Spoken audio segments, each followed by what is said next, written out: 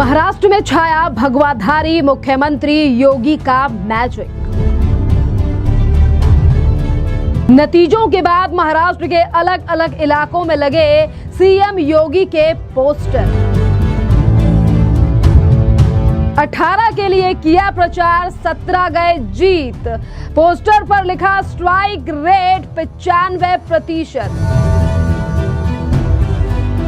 महाराष्ट्र विधानसभा में दिखा योगी के बटेंगे तो कटेंगे का कमाल। महाराष्ट्र में महायुति और भारतीय जनता पार्टी की एक बड़ी जीत हुई है, जिसके बाद रिजल्ट तो सभी के सामने है और अब देखना अहम रहेगा कि आखिरकार इस बार मुख्यमंत्री की बागम डोर जो है वो जाने वाली है किसके हाथ में। पर इसी के साथ आपके लिए बता दें कि महायुति और बीजेपी की इस बड़ी जीत में आज जनता तो एक तरफ खुश है, तो वहीं दूसरी तरफ सीएम योगी आदित्यनाथ ने जिस तरीके से महाराष्ट्र में की थी धुआंधार रैलियां, जिनकी वजह से अब महाराष्ट्र की जनता हो चुकी है सीएम योगी आदित्यनाथ की दीवानी, कि सीएम योगी आदित्यनाथ के पोस्टर जो है वो लगे हुए हैं महाराष्ट्र के इलाकों में। मुंबई के अंधेरी, जगेश्वरी, खार और बांद्रा में सीएम योगी आदित्यनाथ के पोस्टर लगे हुए हैं, जिन पर लिखा हुआ है कि सीएम योगी आदित्यनाथ के बटेंगे तो कटेंगे का नारे का चला महाराष्ट्र में जादू। तो वहीं दूसरी तरफ स्ट्राइक रेट है सीएम योगी आदित्यनाथ के, यानी कि प्रशंसा और उनकी जो लोकप्रियता है उसका 95%। देखिए 95% जो है वो सीएम योगी आदित्यनाथ का जो है वो स्ट्राइक रेट है, क्योंकि सीएम योगी आदित्यनाथ 4 दिन तक रहे थे महाराष्ट्र में और उन्होंने किया था 18 प्रत्याशियों के लिए प्रचार, यानी कि चुनाव प्रचार किया था, जिनमें से 17 जो प्रत्याशी हैं वो जीत कर आए हैं। और इसी खुशी में अब महाराष्ट्र में दिखाई दे रहे हैं सीएम योगी आदित्यनाथ के पोस्टर। तो वहीं आज देखिए एक तरफ तो सीएम योगी आदित्यनाथ की हरियाणा, उत्तर प्रदेश, राजस्थान और तमाम राज्यों के बाद जो है वो महाराष्ट्र में भी लगातार जो है वो अब लोकप्रियता बढ़ती हुई अब बढ़ रही है। और इसी के साथ आपके लिए बता दें कि आज संविधान दिवस के मौके पर भी सीएम योगी आदित्यनाथ ने कांग्रेस और तमाम विपक्ष को जो है वो आड़े हाथ लिया है। जहां एक तरफ आज सीएम योगी आदित्यनाथ ने संविधान दिवस के मौके पर बाबा भीमराव अंबेडकर की तारीफ की कि उन्होंने किस संघर्ष के साथ भारत का बनाया ये संविधान, तो वहीं दूसरी तरफ कांग्रेस के ऊपर हमला बोलते हुए सीएम योगी आदित्यनाथ ने कहा है सेक्युलर और सोशलिस्ट संविधान में नहीं थे ये दोनों शब्द, कांग्रेस ने चोरी चुपके से इन शब्दों को जोड़ा है संविधान में। सुनिए सीएम योगी आदित्यनाथ का ये बयान। न्याय, समता और बंधुता इसकी मूल भाव को लेकर के अनेक उतार चढ़ाव का सामना करते हुए भारत के संविधान ने अपने इन 75 वर्षों की यात्रा को किस शानदार तरीके से किया है कि जिन लोगों ने भारत के संविधान का गला घोटने का काम किया था, जनता ने उनको भी सबक सिखाने में कोई कोताही नहीं बरती है। आपने देखा होगा किसी भी संविधान या किसी भी पवित्र कार्यक्रम की आत्मा उसका उद्देश्य होता है। भारत का जो मूल संविधान बाबा साहब भीमराव अंबेडकर ने जिसे 26 नवंबर 1949 को जिस संविधान को अंगीकार किया था, याद करना, उस संविधान में 2 शब्द नहीं थे, सेकुलर शब्द भी नहीं था और समाजवादी शब्द भी नहीं था, सोशलिस्ट शब्द भी नहीं था।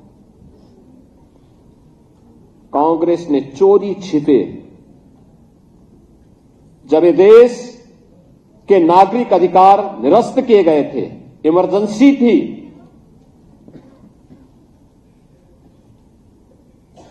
तब इन 2 शब्दों को भारत के संविधान में डाल करके भारत के संविधान की आत्मा के गले को घोंटने का काम कांग्रेस ने किया था। और इसीलिए जो लोग देश की जनता को गुमराह करते हैं उन लोगों को बताए जाने की आवश्यकता है कि देश के प्रति इनके भाव क्या है। इनका चेहरा लोकतांत्रिक दिखता है, लेकिन वास्तव में लोकतांत्रिक नहीं। यह अपनी उस तानाशाही फांसीवादी मानसिकता के तहत काम करने वाले लोग हैं, और जब भी इनको अवसर मिलेगा, ये लोग इससे पहले 1976 रहा, 1975 रहा हो, या फिर भारत के बाहर जाकर के भारत के अंदर बाबा साहब भीमराव अंबेडकर के द्वारा सामाजिक रूप से दलित, अति पिछड़ी जाति के लोगों को, पिछड़ी जाति के लोगों को मिले हुए इन संवैधानिक अधिकारों से वंचित करने के बारे में किस प्रकार की टिप्पणियां ये लोग करते हैं, ये आज किसी से छुपा हुआ नहीं। और इसीलिए मैं आज के इस अवसर पर आप सबसे कहना चाहूंगा कि बाबा साहब भीमराव अंबेडकर की धरोहर, जो संपूर्ण भारत को, 140 करोड़ भारतवासियों को एकता के सूत्र में बांधता है, वह है भारत का संविधान। इस भारत के संविधान का संरक्षण करना हम सबका दायित्व है, और याद करना इसका सबसे अच्छा रास्ता है कि भारत के संविधान के द्वारा भारत के प्रत्येक नागरिक के लिए तय किए गए उसके मूलभूत कर्तव्यों का अगर हम पालन करेंगे, तो यह बाबा साहब भीमराव अंबेडकर के प्रति, भारत के संविधान निर्माताओं के प्रति और भारत के महान स्वाधीनता संग्राम सेनानियों के प्रति हमारी सच्ची श्रद्धांजलि होगी। आज के इस अवसर पर एक बार फिर से मैं पूरे प्रदेशवासियों को संविधान दिवस की हृदय से बधाई देता हूं। आपने देखा कि सीएम योगी आदित्यनाथ जो है वो किस तरीके से आज विपक्ष को आड़े हाथ ले रहे हैं और ये कह रहे हैं कि जिस तरीके से इन्होंने संविधान के नाम पर लोगों के साथ ठगी करने की कोशिश की, आज जनता ने जो है वो ऐसे लोगों के लिए जवाब दे दिया है। आपके लिए बता दें कि सीएम योगी आदित्यनाथ की लगातार जो है वो लोकप्रियता सिर्फ भारत ही नहीं बल्कि विदेशों में भी देखी गई है। जिस तरीके से ऑस्ट्रेलिया के भी एमपी का बयान सीएम योगी आदित्यनाथ को लेकर आया था कि सीएम योगी आदित्यनाथ जैसा नेता तो हमें भी चाहिए, और आज यही लोकप्रियता जो है वो भारत के अन्य राज्यों में भी नजर आ रही है। जिस तरीके से सीएम योगी आदित्यनाथ अपनी नीति और अपनी जीरो टॉलरेंस की नीतियों के लिए जाने जाते हैं, और जिस तरीके से इस बार के चुनाव में सीएम योगी आदित्यनाथ ने दिया था बटेंगे तो कटेंगे और एक है तो सेफ है का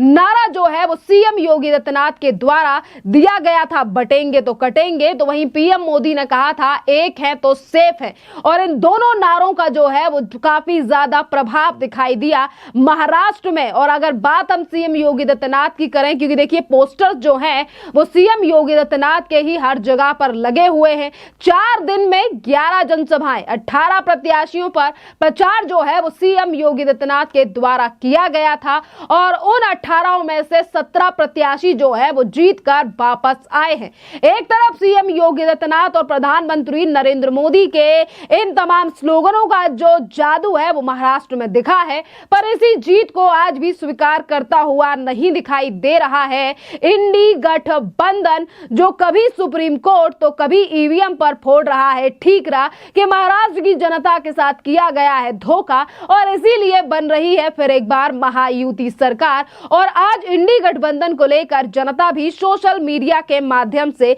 दे रही है जवाब। आपके लिए बता दें कि अब महाराष्ट्र में महायुति सरकार फिर एक बार बनने जा रही है, और सरकार जो है यानी कि सरकार बनाने की तैयारियां जो हैं वो भी महाराष्ट्र में शुरू हो चुकी हैं। खैर, अब सवाल आपके लिए कि जिस तरीके से सीएम योगी आदित्यनाथ का लगातार जो लोकप्रियता बढ़ रही है, और सीएम योगी आदित्यनाथ की लोकप्रियता आज जो महाराष्ट्र में है वो किस फैक्टर्स पे है, क्या वो जीत की वजह से है या फिर बटेंगे तो कटेंगे का नारा ने आज वाकई में हिंदुओं को एक कर दिया है, और इसीलिए आज सीएम योगी आदित्यनाथ की लोकप्रियता जो है वो हर जगह बढ़ती हुई दिखाई दे रही है। सोचिएगा जरूर और हमें कमेंट कर इस बात पर आंसर जरूर कीजिएगा। धन्यवाद। भारत के संविधान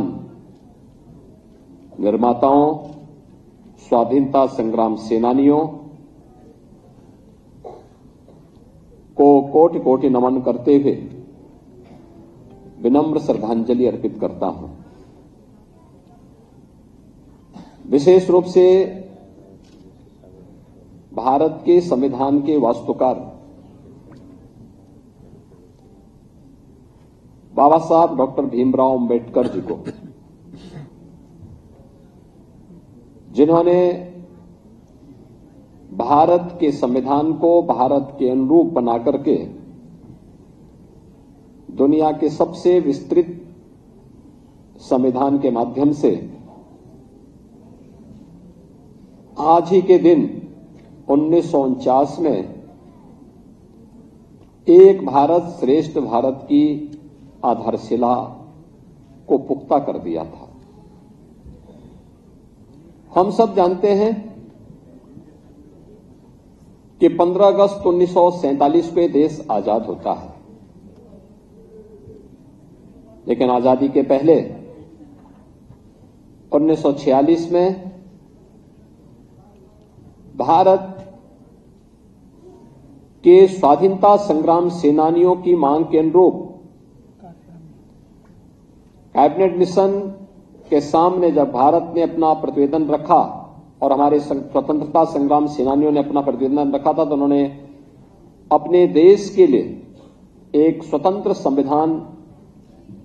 सभा गठन करने की मांग की थी। 1946 में संविधान सभा के चुनाव और संविधान सभा के गठन के बाद पहली बैठक 9 दिसंबर को होती है और 11 दिसंबर 1946 को डॉक्टर राजेंद्र प्रसाद जी पहली बैठक की अध्यक्षता श्री सत्येंद्र नारायण सिन्हा जी ने की थी, जो संविधान सभा के सबसे वरिष्ठतम सदस्य थे। और उस सभा में डॉक्टर राजेंद्र प्रसाद जी को 11 दिसंबर 1946 को भारत के संविधान सभा के अध्यक्ष के रूप में उनका चयन होता है और फिर इसके बाद एक कार्यक्रम आगे बढ़ते हैं। फिर संविधान की जो 13 समितियां बनी थी, उनमें जो महत्वपूर्ण समिति थी ड्राफ्टिंग कमेटी, जिन्हें संविधान के वास्तुकार के रूप में भारत का संविधान कैसे होना है, कितनी धाराएं होंगी, कितने अनुच्छेद होंगे, क्या क्या इसमें बंद और उपबंध होंगे, इन सभी बातों को समाहित करने की दिशा में जिस कमेटी को कार्य करना था, वह दायित्व दिया गया भारत माता के महान सपूत भारत रत्न डॉक्टर भीमराव अंबेडकर जी को, जिसे उन्होंने बखूबी निभाया। अनेक सत्र इस दौरान संविधान सभा के हुए और भारत के संविधान के अलग अलग सत्रों के माध्यम से अलग अलग मुद्दों पर अलग अलग भारत की जनता के अनुरूप न्याय, समता और बंधुता के लक्ष्य को प्राप्त करने के लिए क्या कुछ हो सकता है, इसके लिए अनेक सत्रों के माध्यम से जो निचोड़ आया। कभी आप देखेंगे 10 वॉल्यूम में भारत के संविधान सभा में हुई विभिन्न बहसों पर कितनी सार्थक बहस है। आज भी वह हमारी विधायिका के लिए, हमारी न्यायपालिका के लिए और हमारी कार्यपालिका के लिए एक मार्गदर्शिका के रूप में वे डिबेट हम सबका मार्गदर्शन करते हैं। और हम लोग चाहेंगे कि वास्तव में भारत के संविधान सभा के माध्यम से जो डिबेट हुई है, हर संस्थान में वे डिबेट होनी चाहिए। आपको उसमें मुद्दे मिलेंगे, तथ्य मिलेंगे,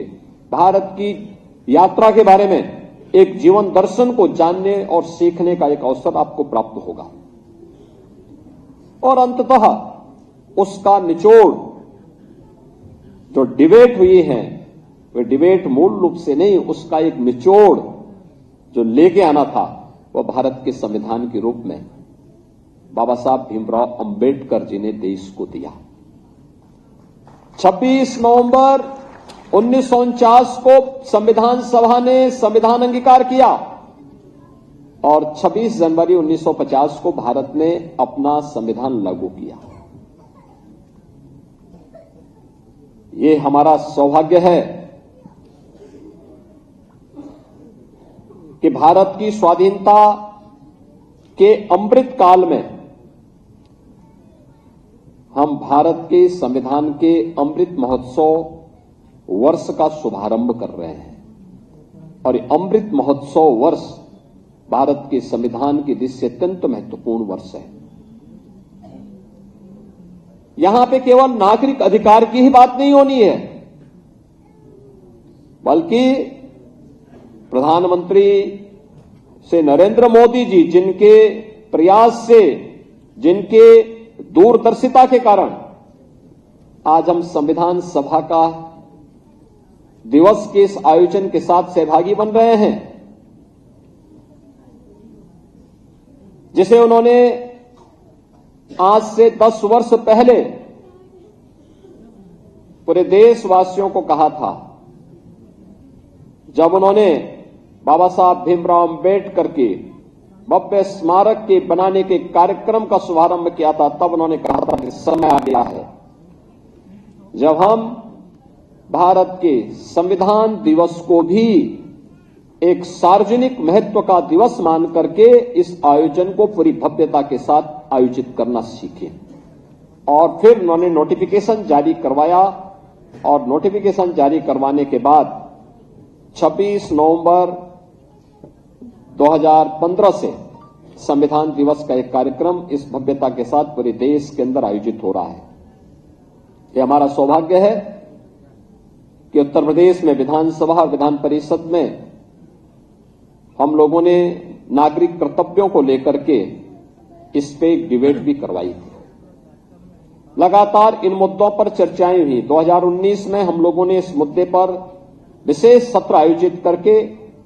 इस पर एक दिन का पूरा सत्र ही नागरिक कर्तव्यों को लेकर के उत्तर प्रदेश विधानसभा ने आयोजित किया। महत्वपूर्ण यह है कि भारत का संविधान हमें अधिकार देता है और कितना बड़ी बात है कि भारत के हर जाति, मत, मजहब के लोगों को, जो भारत का नागरिक है, उस हर वयस्क मतदाता को भारत के संविधान ने समान मताधिकार की शक्ति दी है। याद करना, दुनिया के तमाम ऐसे देश हैं जो अपने आप को आधुनिक लोकतंत्र का जनक मानते हैं, उनके यहां जाति खेमे में बटे हुए लोग थे। वे उन्होंने अपने यहां भेदभाव किया था, उन्होंने अपने प्रत्येक नागरिक को वोटिंग का पावर नहीं दिया था। लेकिन भारत ने जब पहला आम चुनाव 1952 में होता है तो हमारे इस महान संविधान के नाते भारत का हर वह नागरिक जो वयस्क मतदाता था उसको मताधिकार का एक समान अधिकार प्राप्त हुआ था। ये भारत के संविधान की देन है और बाबा साहब भीमराव अंबेडकर की देन है। याद रखना, दुनिया के अंदर आधुनिक लोकतंत्र के जनक कहे जाने वाले उन तमाम देशों में महिलाओं को मताधिकार की ये शक्ति भारत से बाद में प्राप्त हुई और अब तो भारत उससे भी आगे बढ़ चुका है। जब प्रधानमंत्री मोदी जी ने नारी शक्ति वंदन अधिनियम पारित करके आने वाले समय में विधायिका में जाने वाला सदस्य 1/3 अब केवल पंचायती नहीं बल्कि महिला सदस्य भी संसद और विधानसभाओं में चुन करके आने वाले समय में परिसीमन के बाद जाएंगे, यह अधिकार भी प्रधानमंत्री मोदी जी ने दुनिया के अंदर सबसे पहले भारत के अंदर दिया। भारत का संविधान भारत के नागरिकों को संरक्षण भी प्रदान करता है, सम्मान भी प्राप्त करता है, समानता के भाव के साथ भी जोड़ता है और संविधान निर्माताओं की मूल भावनाओं का सम्मान करना भी सिखाता है। और इसीलिए न्याय, समता और बंधुता इसकी मूल भाव को लेकर के अनेक उतार चढ़ाव का सामना करते हुए भारत के संविधान ने अपने इन 75 वर्षों की यात्रा को किस शानदार तरीके से किया है। कि जिन लोगों ने भारत के संविधान का गला घोटने का काम किया था, जनता ने उनको भी सबक सिखाने में कोई कोताही नहीं बरती है। आपने देखा होगा, किसी भी संविधान या किसी भी पवित्र कार्यक्रम की आत्मा उसका उद्देश्य होता है। भारत का जो मूल संविधान बाबा साहब भीमराव अंबेडकर ने, जिसे 26 नवंबर 1949 को जिस संविधान को अंगीकार किया था, याद करना, उस संविधान में 2 शब्द नहीं थे, सेकुलर शब्द भी नहीं था और समाजवादी शब्द भी नहीं था, सोशलिस्ट शब्द भी नहीं था। कांग्रेस ने चोरी छिपे जब ये देश के नागरिक अधिकार निरस्त किए गए थे, इमरजेंसी थी,